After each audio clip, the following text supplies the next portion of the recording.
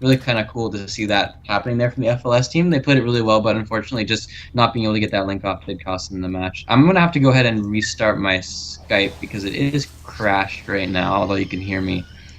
Okay. So I'll be back in like maybe 2 minutes. Okay, okay. Alright, so I'm not even sure what match we're going to be going into next, or how many more matches we have, guys. Because that is all the 4 matches that were on the schedule. I know there's a lower bracket and upper bracket and everything, but I'm not sure how that works, how much we're going to be playing, because there's games tomorrow as well.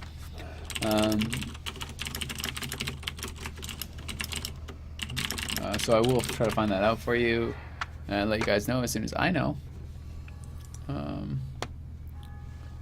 But yeah.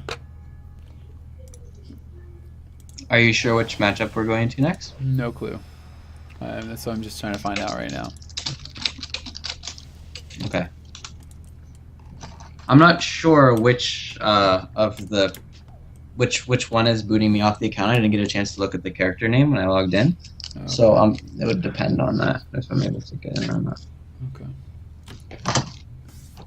I actually want to see more of this FLS team. They seem pretty good. Yeah, they are good. They're very calm. Yep. I like how they're playing. Alrighty, so yeah, I'm just waiting. Okay. Okay, so we are doing the losers matches now, and guys, if you create an account now on ProGameX.com, you can win free hours of playing with professional arena players that will be streamed here next weekend. So if you're interested in doing that, that's pretty sweet, and you just have to make an account. Pretty easy to do. So if you want to get a chance to win some free lessons and free playing with a professional arena players, then definitely go over to ProGameX.com and make that account. Yeah, that's definitely worth it. I mean, it does nothing for you, just a little bit of your time, and playing with professional players, like playing with players that are better you, definitely helps improve your gameplay. Yeah, for sure. It definitely makes a big difference. So we are going into the losers match. I'll try to find out who versus who, because there's no bracket, so I'm not sure. I assume, I'm guessing it's going to be like the losers of A versus the losers of B, something like that. Which, but it could be like A versus C and B versus D. I have no clue. Yeah, I'm not sure. Okay. Wait. The one thing that I hope it's not is Oh, it's actually they're going to do the winners now. Okay, never mind. So okay, okay, so they're doing they're doing one winners match, and then it's going to be the rest of the matches tomorrow. So it's going to be the RLS team that won versus the DK Shaman team, DK Shaman Druid team. Okay. So it's RLS versus DK Shaman Druid. That should be interesting. You're still holding strong with the DK Shaman Druid as your favorite, you think? Yeah, I think that's my favorite team to win. Okay. They've been playing that comp together for a really, really, really long time, and I just feel like it's a really solid comp as well. So we'll have to see, you know. But that's my favorite to win. I think they're going to end up doing it. And I also, the bad thing about the next matchup for Trilla's team is they're going to be playing against, I believe, the Monk TSG. Yeah, I think that is what it is. That's what it means. Yeah, unfortunately, that is what it is, and they're gonna have. I mean, we'll have to see what they can do against that SWS, but I feel like that's a hard matchup for them. Yeah, it could be a real struggle, but you know, at the same time, like if you can survive, especially because the guy's not playing undead. I'm not sure if they have multiple characters or how it works, but if he's not playing undead, I think that it's winnable. Yeah, it definitely gives you a better chance. Yeah, three fair breaks compared to 2 is a lot of a difference. Yeah, for sure.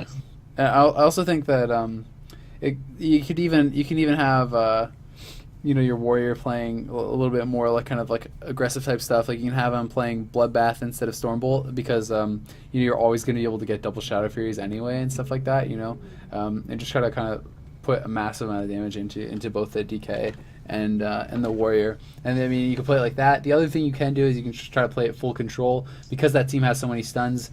You know, like I talked about with getting the kind of Shadow Free hexes and stuff. That's definitely something they can go for. You can also do Shockwave hexes, so it should be very easy for them to be able to set that up. And you know, if they want to just try to train the DK, they can CC the warrior a decent amount with something like that. You know, getting those hexes out does help, but we'll see how they're going to be able to handle it.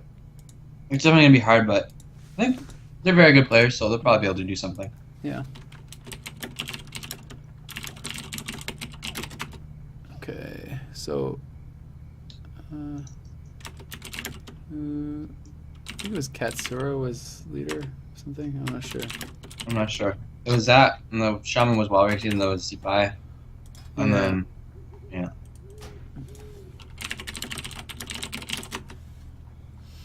Alright, I'm going to ask these guys who their party leader is, and then we will be able to get this queued up.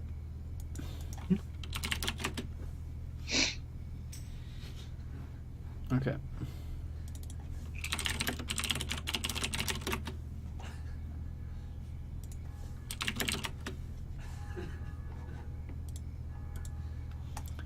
Okay. It's Doppel, but not ready yet. Okay, it's Walrus. Oh god, I need to get that copied somehow. Okay.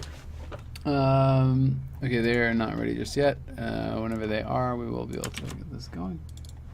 Okay, and it's gonna be a grand.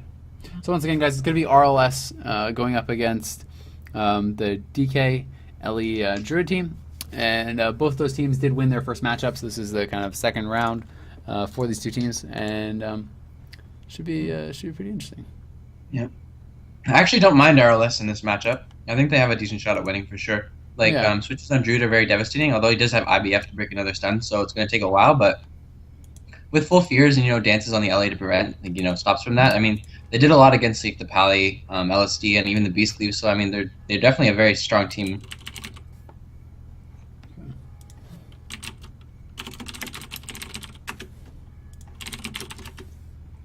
Alright.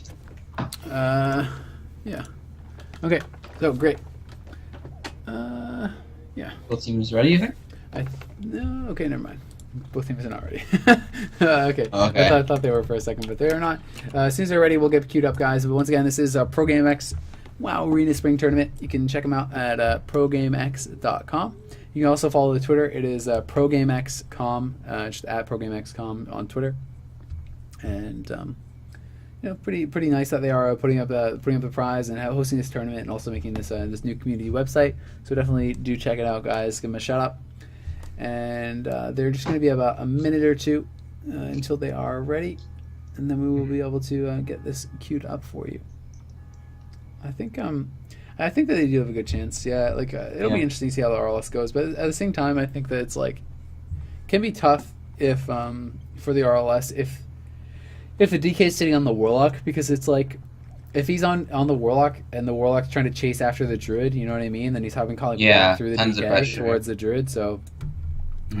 Yeah, and full hexes really are also going to sit on the Shaman. It's going to make it really, really hard if like they're caught out of position, like just punishing them with a full hex and everything. So definitely going to be a hard matchup for I think for both teams actually, because RLS has a lot of kill potential. If they play defensive, it could lead the DK to maybe being too aggressive and running out of his cooldowns pretty quickly. But I'm not sure. I've never seen this matchup before, so I'm kind of interested to see how it'll go. But I think the LA DK team might match up well against this RLS.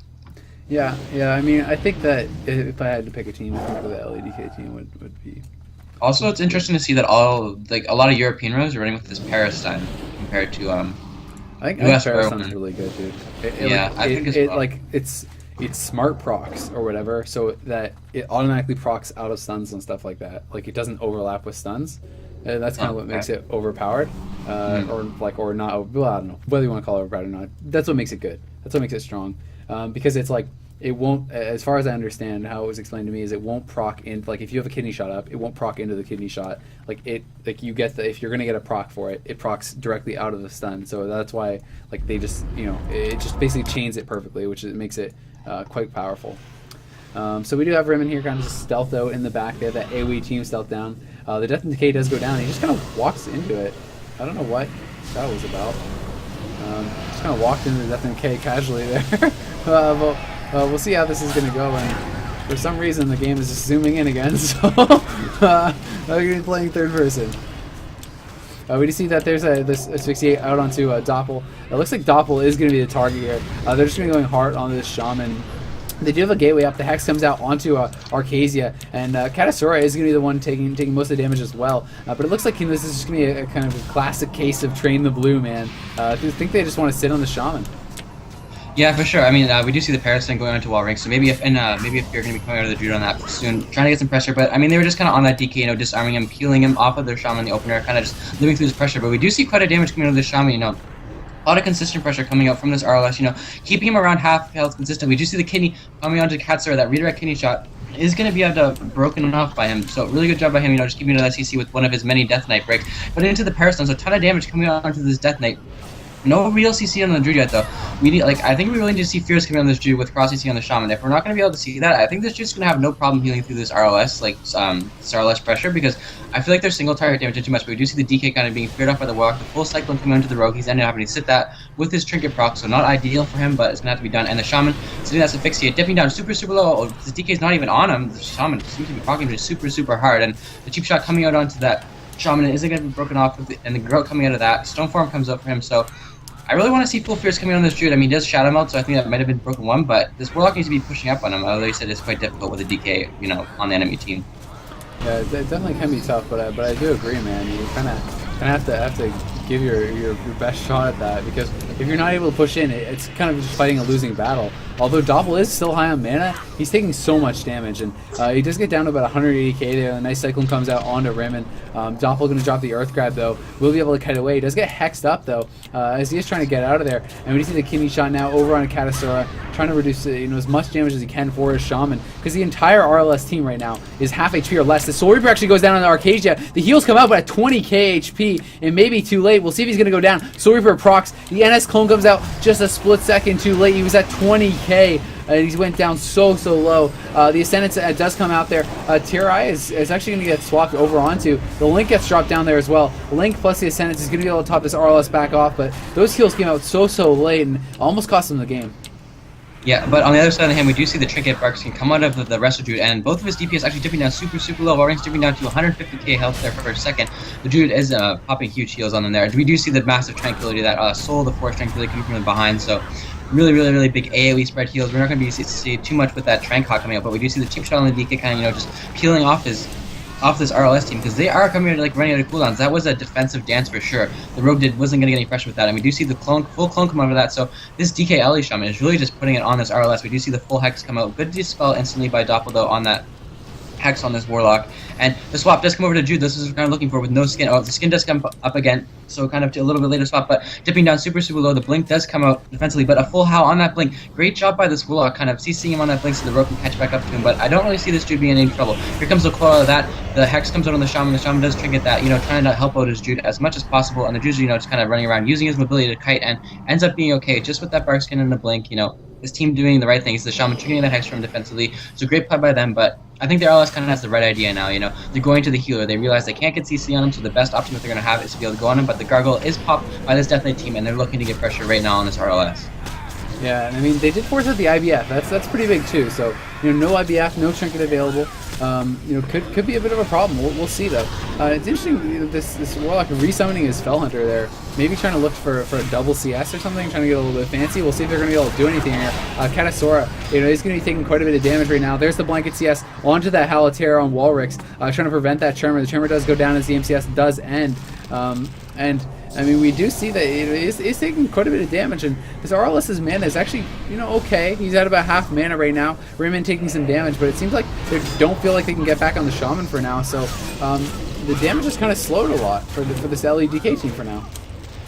Yeah, sure. I mean, the Jude's cooldowns are coming back up, so maybe they feel like they're not able to push in right now because they feel like if they do, it'll be a massive disadvantage. And the Shaman cooldowns should be coming back up soon, so maybe they're kind of waiting for those as well. But the Demon Soul dots are going to be coming out from this Warlock of the RLS, so I expected huge pressure within the next 20 seconds or so because those are Demon Soul triggered dots, so huge damage coming out.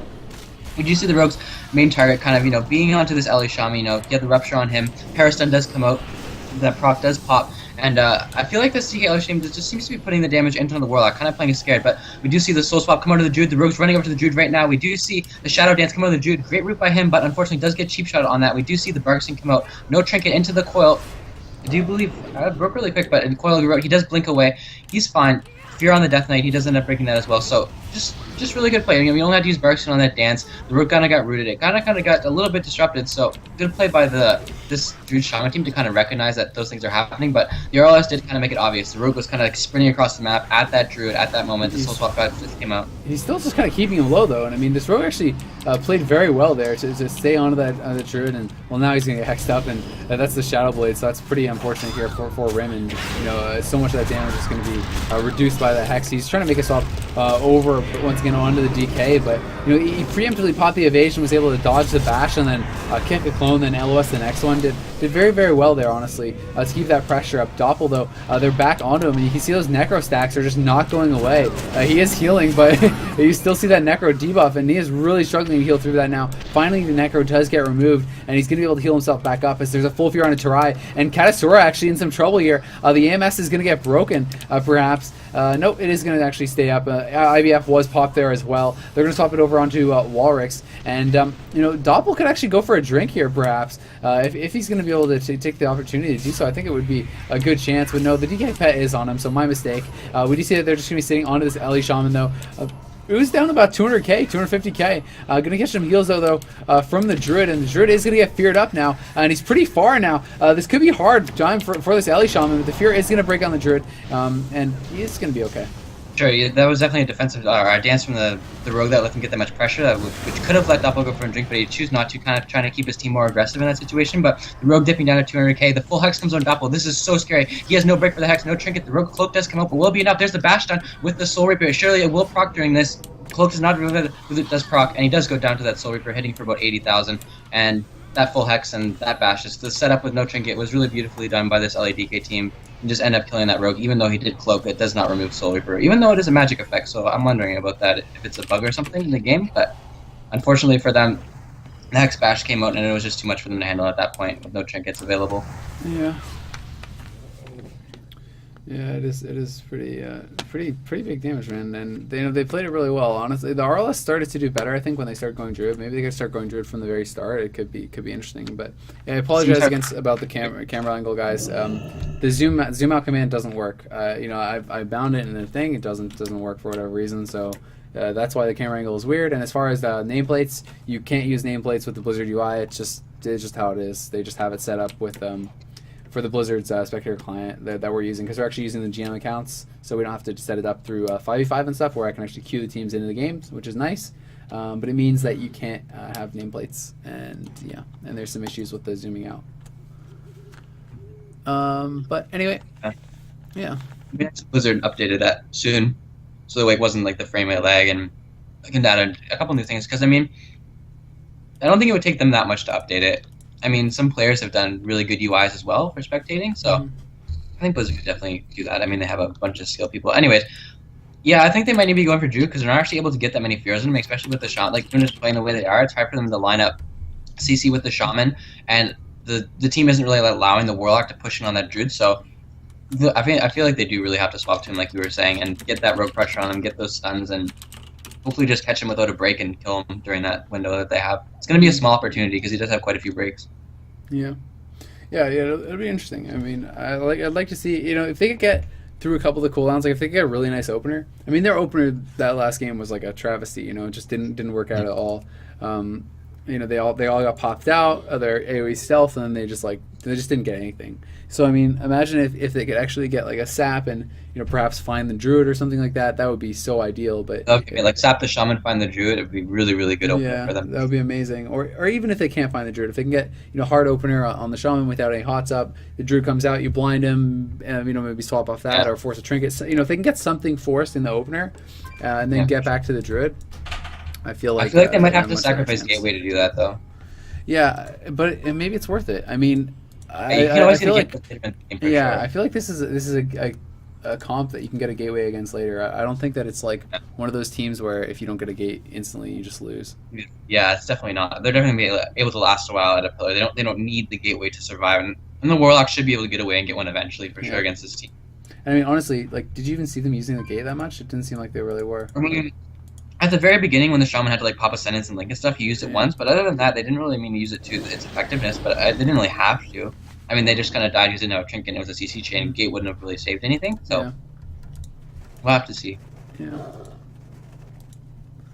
for sure. But I think a good opener, like, because I know RLS and I know Rogues, they can get huge opener on an LA Shaman. Like with a Garrote, cheap shot, no Shamwall into like a Haunt with picks up. It's big damage. So. Oh. I just went away. It's not good. That's not good. Should I try to relog? Yeah, I guess I'm just trying to relog and join this. You can start commentating, but I'm gonna try to relog and join this again. On the target map, we do see the RLS is in a group in stealth. They're currently on the platform to the right, and the entire Druid team is kind of just chilling at a pillar, while the DK is running at them right now because they just came out of stealth. So they're not going to get a big opener, but they do end up sapping the Druid out of his stealth when he came out to hot, so that's really good. And there's a cheap shot on the Shaman. The Shaman's taking a lot of damage with full dots, but the sap does wear off on the Druid. So this team's not in very much trouble. The Dance comes out from the Rogue onto the Death Knight, desecrated grounds out of the stun, so really, really good job by him. You know, not taking any stuns, dipping to around half health, but I think he'll be okay. The Druid just kind of dispelling dots freely. DK sitting around 200k health, but not in too much trouble. There's no CC on the Druid, so they're not going to be taking too much pressure. So I don't think, again, this RLS opener isn't that great on the enemy team, but they're switching it. Big damage on the Shaman with a Haunt and a Paraproc stun. The Shaman does end up stone forming out of that, though, so really good job by him, you know, just kind of using that. Nice swap on the Druid, too. They get the coil, the Vanish grow off of that into the kidney shot. Druid is actually going to have to IVF there, so he used IVF and the Barkskin, so if they could actually get back to him, before that skin's up, that could be a pretty nice swap. They forced Shamwell, Ironbark, and Barkskin all at the same time, as well as that IBF. So that's pretty big. And the Rogue's actually going to just gate out of there, and he's going to look for a re-stealth. And I think they are going to try to get right back to this Druid. We'll see if they're going to be able to do it. He's actually just going to be hit right now onto this DK, unfortunately. But I really want to see them get back to the Druid before Barkskin comes up. I think that's key. And now here comes the swap. We do see that the Cloak, the Dance, the Trinket, everything is being popped here onto Terrax. We do see that he's going to get double gripped off, and that is going to save him. Nice peels there by Katasura, because this Druid was actually just getting he was getting dumped on, man. He's going down so fast. He went down 200k in about a second. Yeah, for sure. He did have to also blow that NS there as well, so that's another big cooldown. He's actually, the Rogue getting back on right away. The Parastem procs and the Barkskin is going to have to force there. So that was Barkskin without Dance. So, and there's like full kidney off that too. He's definitely not out of the woods yet. Tons of damage coming up with Warlocks popping his Haunt into him. This is a Parastem proc into the coil, so a little bit of overlap there, but can't really, you know, control that too much. So this entire Druid Lock team, or Druid Shaman team, is just rotting to this RLS pressure, and I feel like that they've kind of found their key. Just go to the Druid over and over again and get that spread pressure, because he's not able to sit back comfortably and just heal them. Yeah, I mean, he uses the Ironbark too, man. So he has no Ironbark, no Barkskin, no IVF. Next swap could be big. We'll see if they can get there. Katasura is very low as well, though. They're just trying to peel off for now. Arcadia needs the life tap. He's been sitting at 0 mana for a little bit. Not sure what's up with that, but he's at 2,000 mana right now. Now he does life tap up. We do see the blind out onto that Druid, right on his AoE kills. I can't even think of what it's called for some reason. Tranquility. But anyway, Arcadia is taking a lot of damage, and the Dismantle does have to come out onto Katasura, just trying to reduce as much damage as possible. We see that Vanish up in a minute, Blades up in a minute. You know, they could maybe try to get something done with that, but there's no Trinket on the Druid, so you know, next swap could be huge, but they may actually be able to get a kill on this Ellie Shaman right now. It was down about 200k, taking a lot of damage here actually from the Rogue, sitting about 300k himself. A Bash comes out onto the Ascendants from Doppel, but this Ellie Shaman is still just sitting so low, and now finally the NS comes out there from this Druid. If the Warlock could actually get over and start priming up this Druid, I think it would be a great swap. Like, if he could get full dots on him and fear him into a swap, that would be fantastic, but right now there's just no dots on him.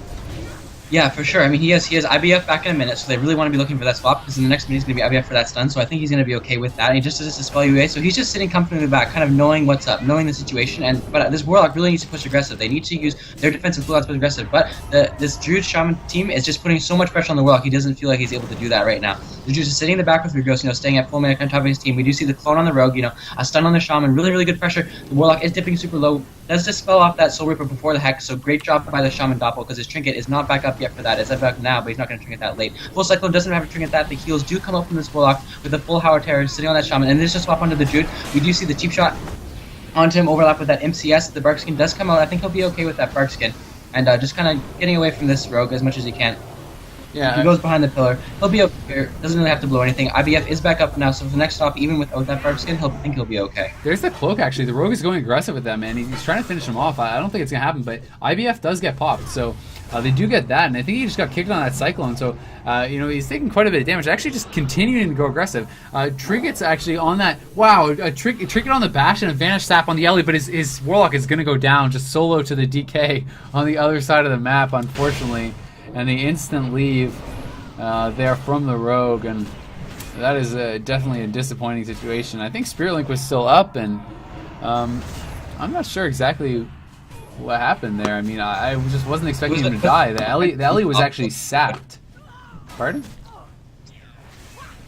It was a full Hex on the Shaman. And he had to trinket a clone earlier, and Hexes, they have no decurse, unfortunately, for this stolen? team, and that's a weakness. Because the Ellie was out of combat. Ellie was sapped on the other side of the map.